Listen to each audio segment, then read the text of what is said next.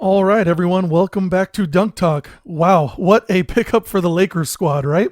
Now, the Lakers have acquired forward Rui Hachimura in exchange for Kendrick Nunn and 3 second-round picks, all in the years of 2023, 2028, and 2029. Hachimura has been averaging 13 points and 4.3 rebounds this season.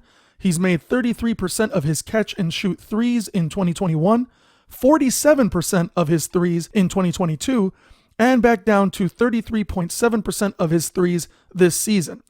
Now, the truth of his three-point shooting percentage, it lies somewhere in between all those 3 years, but Hachimura has never had a playmaker like LeBron James to create his looks, and he's never had a big man like AD to draw defenses towards him for the rim.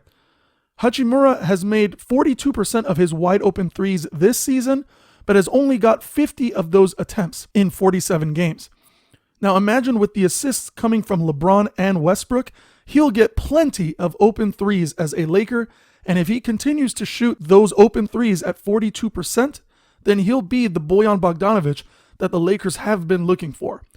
Now, just as a little cherry on top, he even had a season-high 30-point game against the Magic last Saturday, so I would say that this Hachimura trade is this season's low-risk, high-reward addition for the Lakers, and his potential upside is definitely worth it. Kudos to Rob Pelinka for pulling off such a smooth deal for a team that was truly lacking some wing depth. Now, this Lakers roster has actually been doing quite well for a team that has been injury-ridden and doesn't have their normal starting depth in Anthony Davis, Lonnie Walker, and Austin Reeves. To add to that, the Lakers have had so many guards between Dennis Schroeder, Patrick Beverley, Max Christie, Lonnie Walker, Austin Reeves, and Kendrick Nunn. They completely lacked wing depth. They really only had Juan Toscano Anderson, Troy Brown Jr., and Wenyen Gabriel as switchable wings, where Wenyen Gabriel was actually playing more of a center position with AD being out. So we are actually talking 6 guards and 2 legit wings on this roster. That is a very top-heavy guard lineup where in today's NBA wing league, you can really get killed on offense, defense, rebounds, and switchability. Removing Nunn and bringing in Hachimura really balances out this roster for more flexibility. So as all the fans have been saying, I think this is exactly what the Lakers needed, a young wing who can play the 3 or the 4 position with a 6'8 frame and a 7'2 wingspan. He has pretty good defense and can shoot from both the field and from 3. He has tremendous upside being only 24 years old, and he has good upside for the long run. On top of that, he's affordable for the long run as well, and he won't cost the Lakers any first-round picks. He's definitely a built, strong, athletic player who could really help the Lakers on both ends of the floor. Lakers really needed more height and more 3-and-D wing defenders in general, so this is a really, really solid move. Now, aside from the on-court basketball stuff, I think this move should motivate him to play really well, considering that I've heard from several Wizards fans on this channel that Hachimura did not really like even being in Washington, D.C.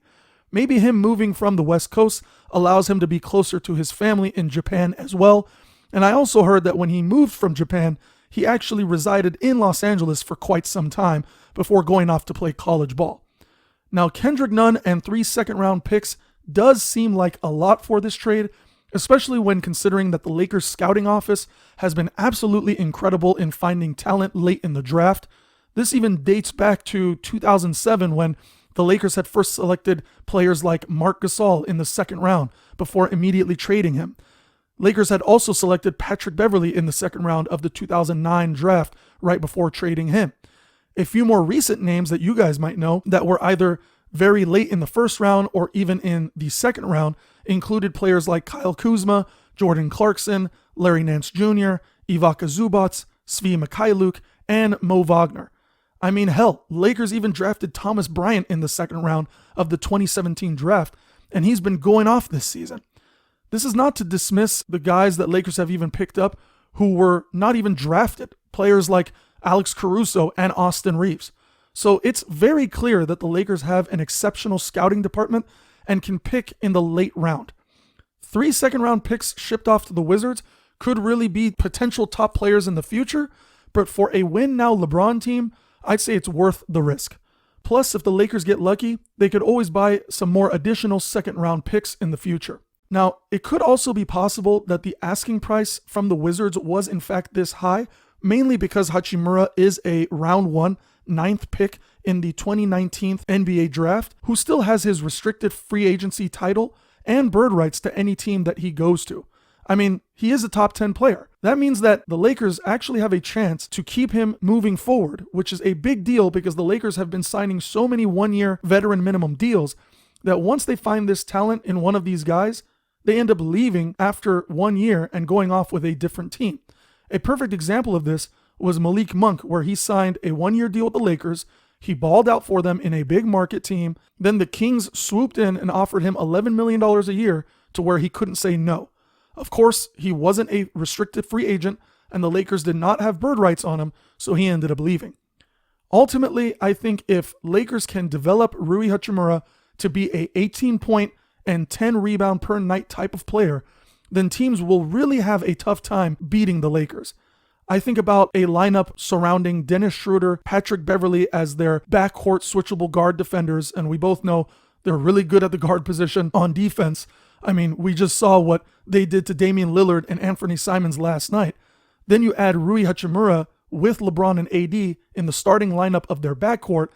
That would be a tall defensive nightmare. Then to have Westbrook, Austin Reeves, Lonnie Walker, Troy Brown Jr., and Thomas Bryant off the bench would be like another starting lineup coming up off the bench.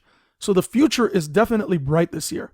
If somehow Lakers could get another shooter like Bojan or Buddy Hield just to add it to their team, then honestly, the league better watch out. Yeah, this team might be a 12th seed currently, but they definitely don't play like it.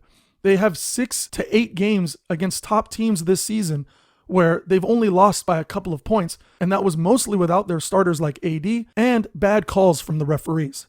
So all in all, guys, I give this trade an A- for the Lakers.